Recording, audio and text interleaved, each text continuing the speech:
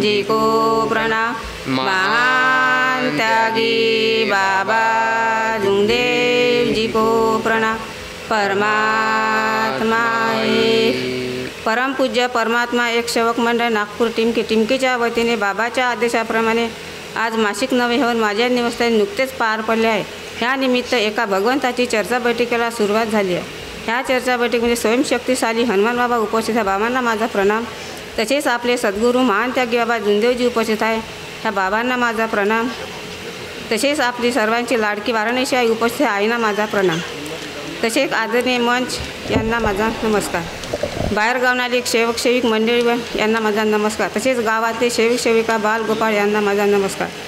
तसेच माझे मार्गदर्शक मुरलीधर ठाकरे यांना माझा नमस्कार।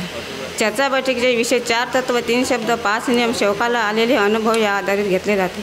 मला संचालक साहेबांनी मार्गात येण्याचे कारण विचारले, मी आपल्या अल्पबुद्धीने सांगित आहे। पहा, माझ्या सुनेने मुलाने आताच सांगितलं, खरंच आमची परिस्थिती इतकी खराब होती, खूप दुःख आले होते आमच्या घरी।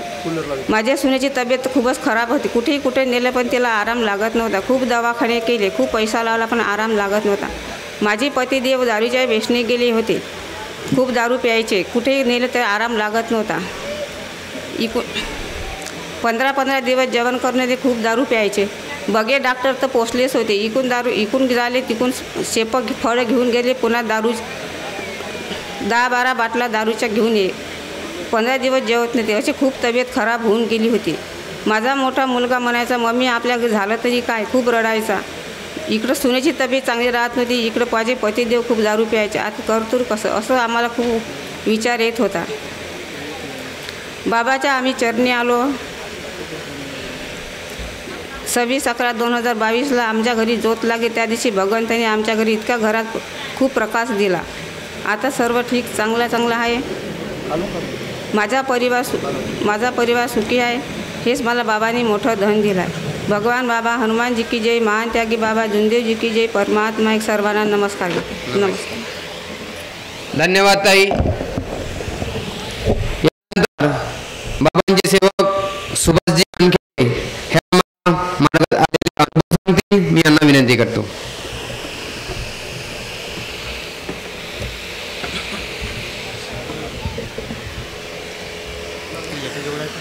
स्वागताचा सर्वप्रथम एकतेने प्रणाम। भगवान बाबा हनुमान जी को प्रणाम। महान त्यागी बाबा जुमदेव जी को प्रणाम। परमात्मा परमपूज्य परमात्मा एक सेवक मंडळ टिमकी नागपूरच्या वतीने बाबाच्या आदर्शाप्रमाणे आजचे 9वे हवन माझ्या निवासस्थानी नुकतेच पार पडले। त्यानिमित्त आज चर्चा बैठकीला सुरुवात झाली। त्या चर्चा बैठकीत स्वयंशक्तिशाली बाबा हनुमानजी उपस्थित आहेत, त्यांना माझा नमस्कार प्रणाम। तसेच मानव धर्माचे संस्थापक महान त्यागी बाबा जुंदेवजी आहे, त्यांना माझा प्रणाम। तसेच बाबाच्या खांद्याला खांदा लावून चालणाऱ्या वाराणसी आई उपस्थित आहे, यांना माझा प्रणाम। तसेच संचालक साहेब, अध्यक्ष साहेब यांना माझा नमस्कार। तसेच बाहेरून आलेले कार्यकर्ते साहेब आणि ज्येष्ठ मार्गदर्शक आणि सेवक सेविका बालगोपाल, हे गावातील सेवक सेविका बालगोपाल यांना माझा एकत्रित नमस्कार। मार्गात येण्याचे कारण तर आता माझ्या मुलांनी आणि सर्वांनी सांगितले, पण बघा एक दिवस असा होता की माझ्या घरी जो फॅन सुरू होता, माझ्या मुलाचा खूप म्हणजे त्रास होता। मी माझ्या सुनेला एक दिवस रात्रीचे कामठीला नेले। आम्ही सर्व 4-5 लोक गाडीमध्ये होतो, आमच्या स्वतःची गाडी होती। रात्री 11 वाजता घरी तेव्हा आम्ही म्हणतं खूपच म्हणजे एकदमच होते। तेव्हा नवरात्रीचे दिवस होते, नवरात्र सुरू होते। त्याच्या घरी आम्ही इथून गाडी काढली रात्रीचे 11 वाजता। आम्ही 4-5 जण लोक गाडीत बसलो। गाडीत बसल्यानंतर आम्ही इथून निघलो, तेव्हा मग आम्हाला काही माहीत नाही आम्ही का घरचे जाऊ बा। आम्ही गाडीत गेलो तर ते आम्ही म्हणजे इथून निघलो तेव्हा आम्ही तिथं गेलो कामठीला गेलो। तर तिथं कामठीला गेल्यानंतर तिथं त्याच्या घरी एक देवीचा दर्गा, तो सिपर समाजाचा होता राजू। पण त्याच्या घरी देवीचा दर्गा आहे. हे आतमध्ये देवीच्या दर्गापर्यंत आली आणि तिथपर्यंत काही येत नव्हती. आल्यानंतर हिला जबरदस्तीने माझ्या मुलांनी उचललं आणि आतमध्ये नेलं. आतमध्ये नेल्यानंतर त्याने ते करून दिलं. तिकून आल्यानंतर ते सांगायला बसली की म्हणे माझ्यासोबत म्हणे तिघीजणी होत्या. एक म्हणे गावात कुदली आणि तिच्या झाडावर गेली. दुसरी म्हणे रस्त्यात कुदली आणि तिसरी म्हणे सोबत आली. आणि ते मग तिथून आल्यानंतर इथं समोरच तिच्या घरी उपस्थित झाली. आणि माझ्या मुलांना सांगितलं की माझ्या इथं जो फॅन सुरू होता, 4 फॅन होते. माझ्या आधी जुनंच घर होतं अर्ध बांधलेलं. 4 फॅन होते. 4 फॅनपैकी एक फॅन 3 वर्षापासून बंद होता. तेव्हा तिला कार्यकर्त्याच्या गणीला तेव्हा तिने तिथं सांगितलं की मी देवता मी तुझ्या घरी. आणि ती एका पाईलचा भात एका वेळेस खात होती. आता एक वाटीचाही नाही खात. आणि त्या फॅनवर बसून आहो बा म्हणजे तिथं सांगितलं होतं तिच्या अंगात आले तेव्हा का मी इथं कुदली तिथं कुदली.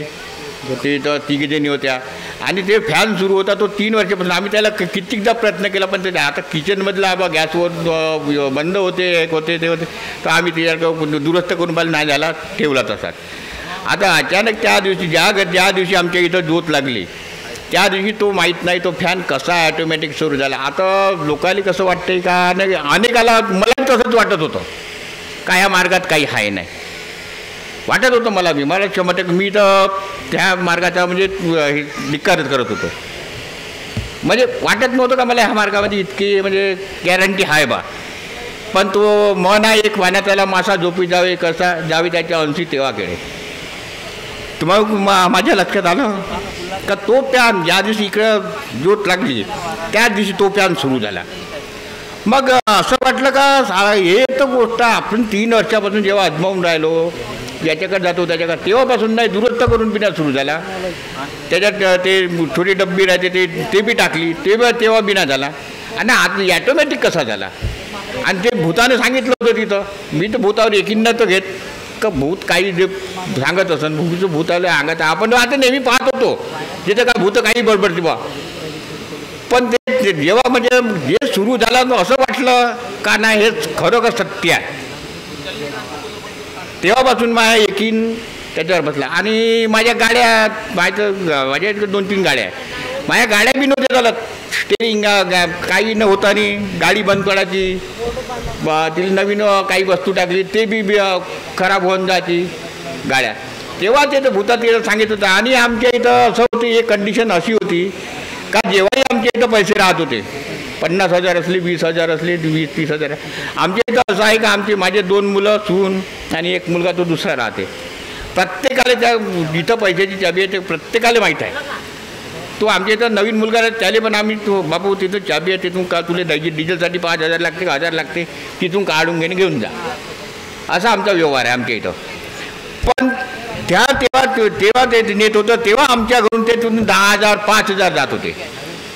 20,000 असले तर 5,000 काय. मग आम्ही एकामेकावर शक करायचो. मी दारू पेत होतो. यायला वाटते का हे दारू प्यायसाठी नेत असन पण मी तिथून नेत नव्हतो. आणि मला आम्ही असं वाटते का मोठा पोरगा तर अलग दाबून नसून ठेवत पैसे काही भेटत का लहान पोरगात नसून दाबून ठेवत काही वाटते शक जाय आमचा का सून तर नसन नेत दाबत काढत असन असं एकामेकावर विसरत होता. जेव्हा त्या भूतानं सांगितलं का तुमच्या इतके पैसे जात होते आणि तुमच्या इथं जो चालू होतं ते तिथंच सांगितलं का चालू होतं ते पैसे मी काढत होतो मी दुसऱ्याच्या घरी नेऊन देत होतो. मला याची जिरवाची होती. कोणाची तर सुभाषची. हा म्हणजे सगळ्या कोणाला भेट नव्हता आणि कोणाला काही डबत नव्हता म्हणून याची जिरवाची होती. म्हणून मला हे दुसऱ्यानं पाठवलं ना हे पैसे मी त्याच्या घरी नेऊन देत होतो. भारतीयापासून दुसरं उदाहरण असं होतं की किराणा दुकान होती एक छोटीशी. मला एक सांगा 10,000ची जेव्हा आपण सामान भरतो उदाहरण 10,000चं सामान भरलं आम्ही तर एक माचीच जर घेतली तरी 1 रुपयाची तिथून माचीस आणली तर 1 रुपया आम्ही दुकानात टाकत होतो. मग 10,000ची 12,000 नवीन मुद्दल तर मुद्दल होईल पैसे तिथून काढायचे नाही काही. मग मुद्दल तर व्हायला पाहिजे ना. मुद्दल नाही उलट पूर्ण माल विकून जायचा पण गल्ल्यात पाहिलं तर 2,000 रुपये राहते. इतकी कंडिशन बिकट होती. आणि आता आम्ही मार्गात आलो तेव्हापासून आमच्या तर असं वाटत नाही का आम्हाला कोण असं नेलं पाहिजे. मी तर ह्या चॅलेंज घेऊन सांगतो असं कोणी माझ्यातून वाजणार असला तर ह्या मार्गासारखा मार्ग नाही आणि इतका गॅरंटी आली का बा का बितत होती का नाही, जे 10 वर्षात गेलं हे 2 वर्षात वापस आलं. इतका म्हणून मी सांगतो का प्रत्येकाले का बाबाचं केल्यानंतर काही हे होत नाही. बस इतकं मी सांगू शकतो. नमस्कार.